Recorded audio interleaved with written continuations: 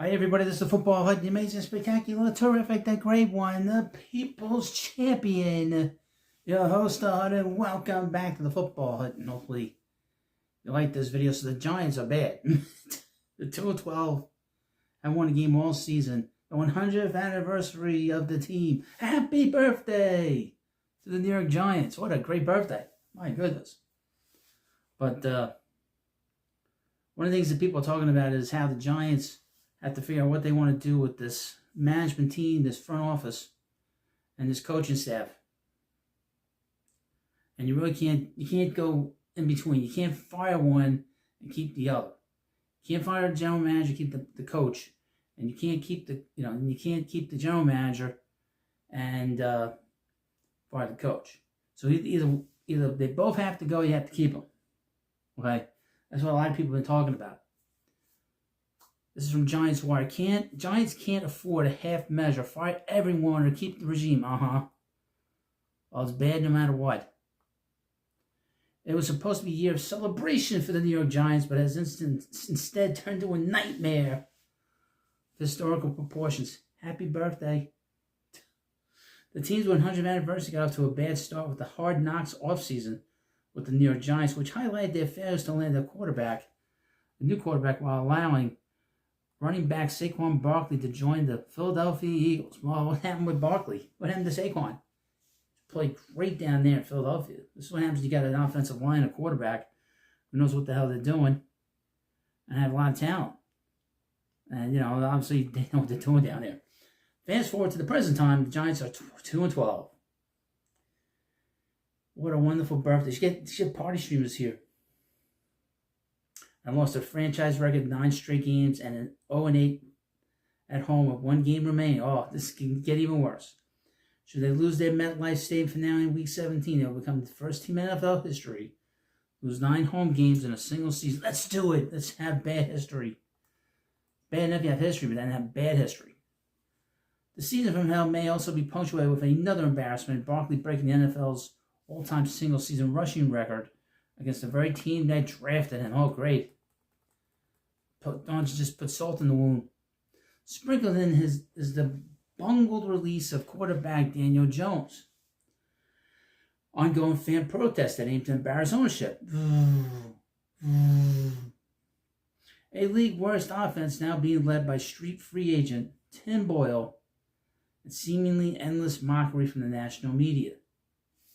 Just a few short weeks, co-owners John Mara and Steve Tisch will have to make a tough decision. Burn it all down and reset, or risk a fan revolt by running it back with the current regime. Those can be the only choices because the half measure will not suffice. Giants cannot afford to fire either general manager Joe Schoen or head coach Brian Daboll, forcing a potential replacement to inherit the other. Right. The reasons to fire Schoen are abundant. As Bobby Skinner of Talking Giants recently laid out, 2024 draft class should not be a saving grace, especially considering his failures in the previous 2 drafts have led the Giants to this point.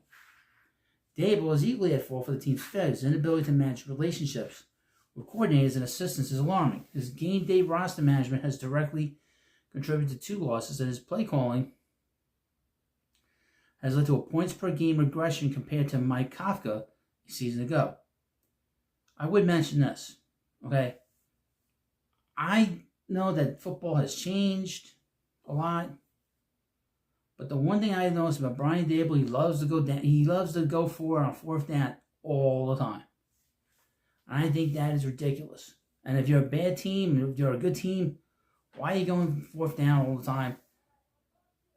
It is beyond me. Don't understand it. I don't understand the concept. As the article continues, it's almost like Daboll has gone from Bono to Bozo. There are a few. Let me ask you a question. I have a question. What's up with him?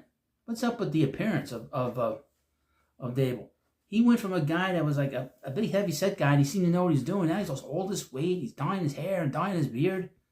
Something's up.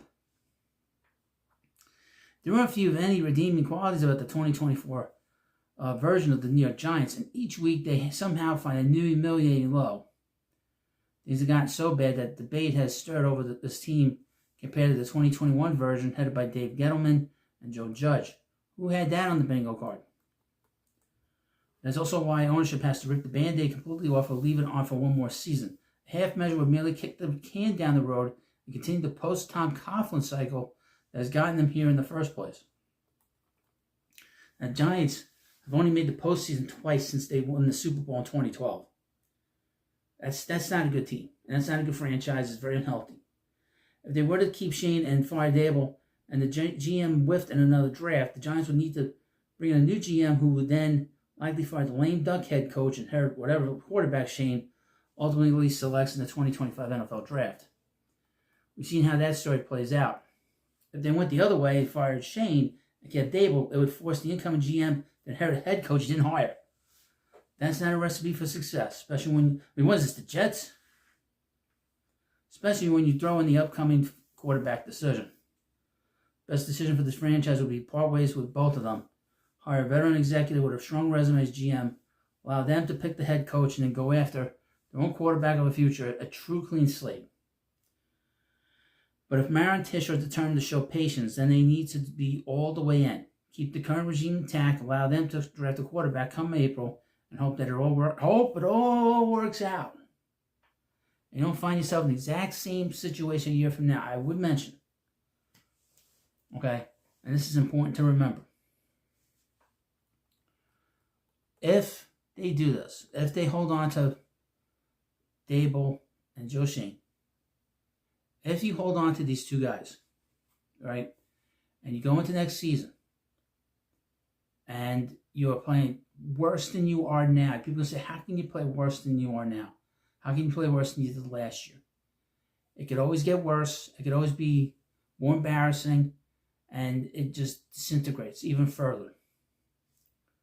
At that point, do you want to be in a situation where you decide, all right, and here's the thing about the NFL, you can't fire the coach in midseason. It never works. We saw it happen with the Jets. They fired their coach this past season, and it didn't work. And they held on to the assistant coach and whoever what's his face is there with the Jets, and then eventually they fired the GM. You don't want disarray in season. You want continuity in season. When you fire your coach in season, it's really bad. And if the Giants were to do that, say they go into next season and they play even worse, this will look even 10 times worse. It'll make things worse than it is right now. And the way the Giants are being run right now, it's not worth the aggravation. It's not worth it. Just get rid of everybody. Have a clean slate. And if you make mistakes, if the group makes mistakes or they don't play well or players don't develop as quickly as you want, then you don't have to worry about the coaching staff being an issue. You don't have to worry about the general manager's job up. And that's it. You just clean slate. You move on. You bring in somebody that knows what they're doing. No young guy. No guy from a big system. That's what the 49ers or wherever. You know what I'm saying? You're better off just get rid of everybody, but bring in, like the article said, bring in a big executive or a guy that's got experience, knows how to put a team together. He's done it before. There's no growing pains. No trying to figure out what the hell he's doing. That's had success. He brings in the head coach. I wouldn't mind a head coach that has had success in the past, that has experience in the past. This idea that you keep bringing in young coaches is ridiculous. Bring in a head coach that has experience. This article at the end mentioned Tom Coughlin. He had experience.